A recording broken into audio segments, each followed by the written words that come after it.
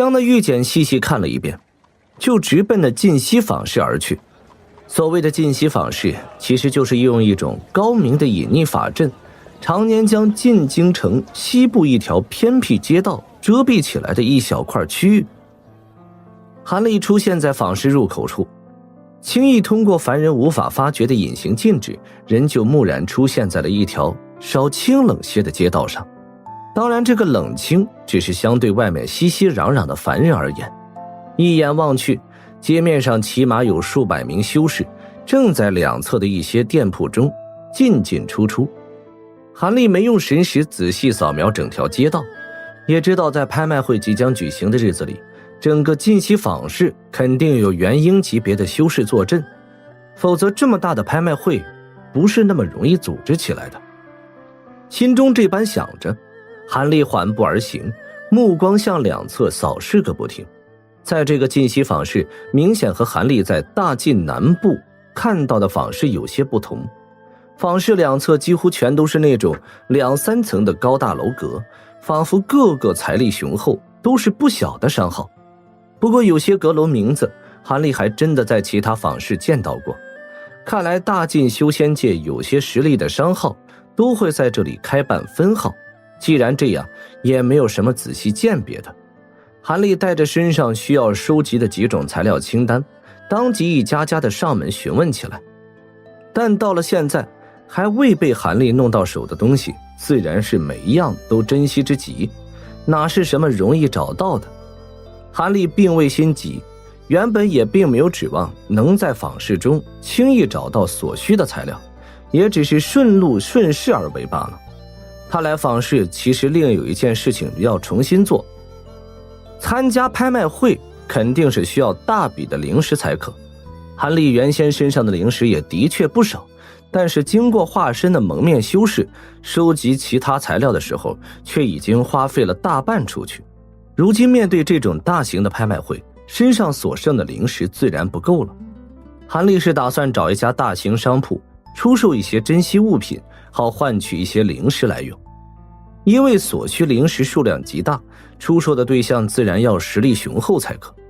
当韩立走到一家3层高阁时，双目不禁微眯了起来。这家阁楼明显比前家商号的阁楼大很多，而且进出的修士也不少，似乎就是一个不错的出售对象。只是韩立看到阁楼大门上挂着的牌匾，书写着天机阁3个斗大的金字时，心中不禁一怔，这个天机阁难道就是那个专门出售天机屋的天机阁？韩立略微犹豫了一下，还是抬腿走了进去。阁楼的1层面积不小，长宽都有30-40丈的样子，有5、6名眉清目秀的练气期小厮正为店中的几名客人指着四周货架上的一些东西，指指点点地介绍着。韩立方一走进去，一名小厮满脸含笑地凑了过来，想要招呼的样子。退下，这位前辈由我招呼就行了。坐在厅中一角的椅子上，正悠然品着一壶香茶的一名白袍中年人，一用神识扫过韩立修为，立刻面容一惊，放下茶杯，急忙脱口喝住了小厮。然后他将自己的衣衫整理了一下，几步就过来，冲着韩立一施礼。前辈能到我们天机阁来，真是本阁的荣幸。1层自然不会有前辈想要的东西，前辈随晚辈到3层细谈如何？好，我原本就是想找你们这里能做主的人。韩立目光闪动了几下，十分淡然，然后就在中年人的带领下，不慌不忙地上楼去了。楼下1层的7、8名买东西的修士见到此情形，自然知道韩立是一名元婴级修士，顿时一阵骚动。竟是元婴级的前辈，我可是头一次见到啊，怎么看起来这般年轻？哎呦，看来天机阁要有一笔大生意了。一连串惊叹和称奇声接连传出。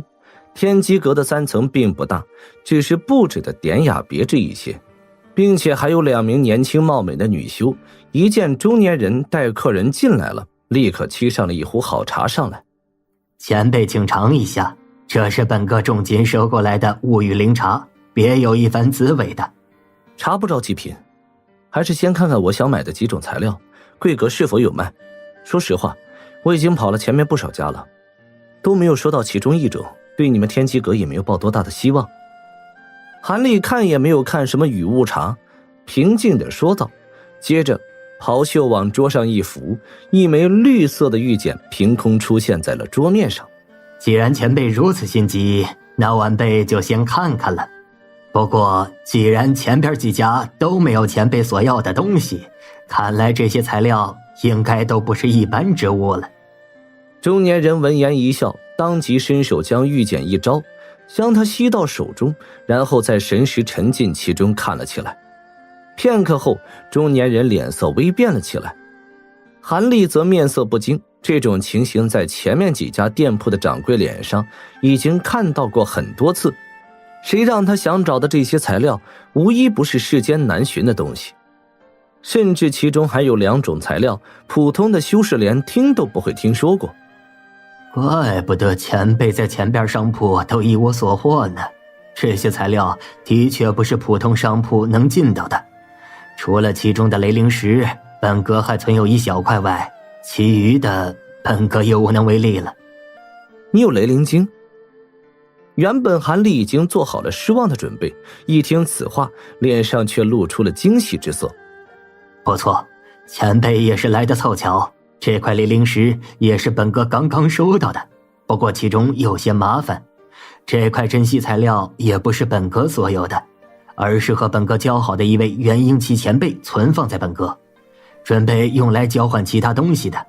若是一直无法换出的话，就准备放置几日后的拍卖会上拍卖的。交换东西？不知想交换什么？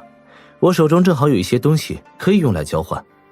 这位前辈想交换的材料和丹药都在这里了，虽然论珍稀程度比起前辈刚刚收集的也许差了一点儿，但也都是世间难寻的东西，否则这块雷灵晶早就被换了出去，这可是炼制雷属性法宝的绝佳材料呀。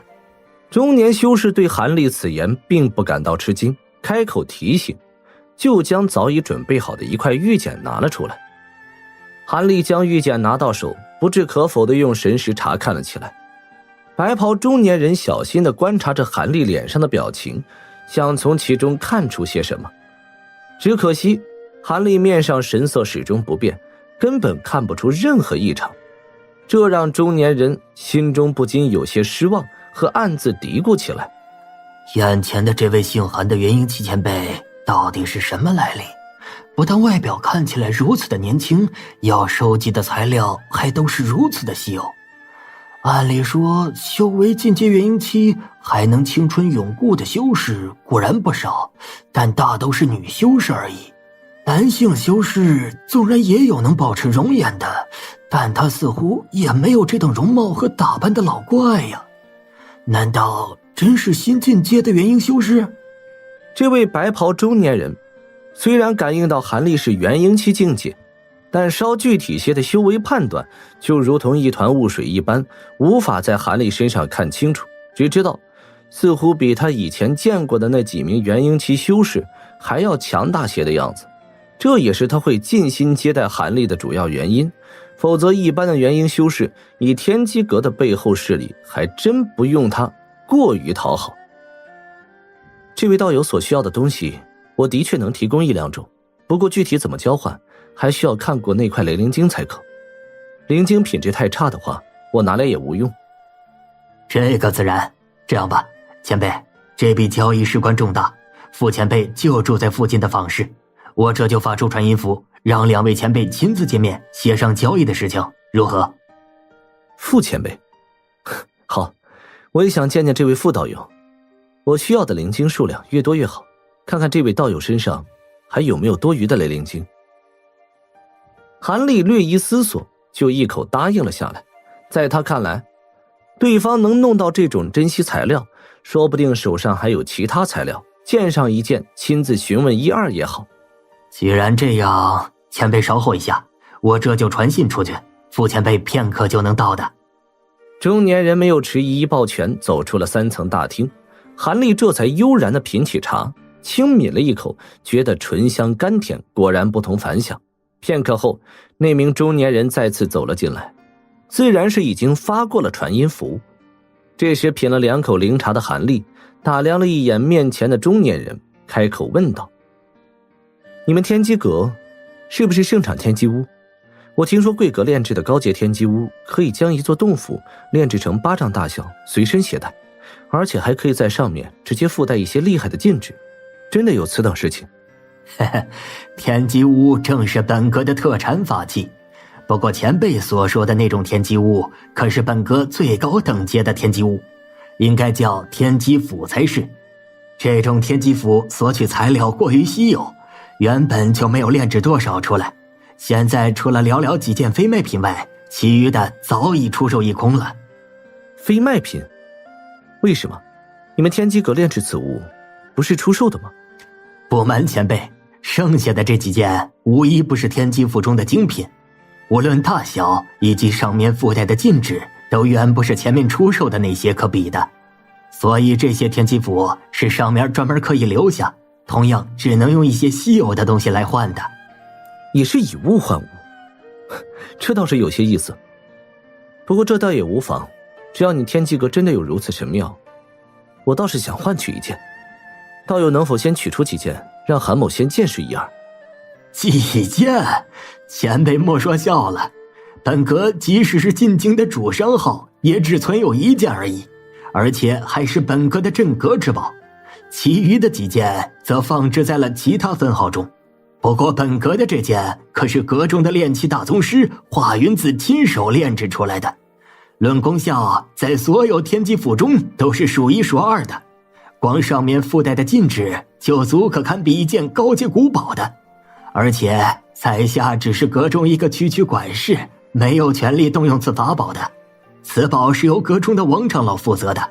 前辈若是真的有心，在下马上就可以从密室中请王长老和前辈商谈此事的，需要交换什么东西也只有王长老才知道的。中年人精神一振，连忙说道：眼前的韩立口气不小，若是真能做成这么一大笔生意，他在天机阁中的地位自然直线上升。这样，此事还是等……韩立微微一笑，想说些什么，忽然神色一变，突然住口。中年人一愣，有些不明所以，但这时从楼下豁然传来了一道老者的声音：赵小子，真有人能拿出我想换的东西吗？老夫可正在修炼的关键时刻，为了此事可马上中断修炼赶来。这声音虽然苍老，但是中气十足，洪亮异常。接着噔噔噔的脚步声沉重传来，似乎有人体重不轻的样子。晚辈既然将前辈请来了，自然真有其事了，在下怎敢欺瞒傅前辈的。白袍中年人这才知道自己请的人已经到了，连忙起身恭敬回应。听口处人影一晃，一个极为高大的身影出现在了那里。韩立两眼一眯，仔细打量起此人，这是一名身材高大的皂袍老者，面色枣红，身上灵气惊现，竟是一名元婴中期的顶峰修士。韩立眉头不经意的一皱，心中略有些意外。而这位红脸老者听了中年掌柜之言，目光也扫向了韩立，发现了韩立外表如此年轻和元婴中期的修为后，脸上同样露出了一丝惊讶，但随即笑脸一展，大步走进厅内。这位就是赵掌柜所说的韩道友吧？能拿出老夫需要的材料，果然不是一般的元婴初期修士啊。红脸老者倒也不见外，一走到韩立跟前就哈哈一笑，十分豪爽。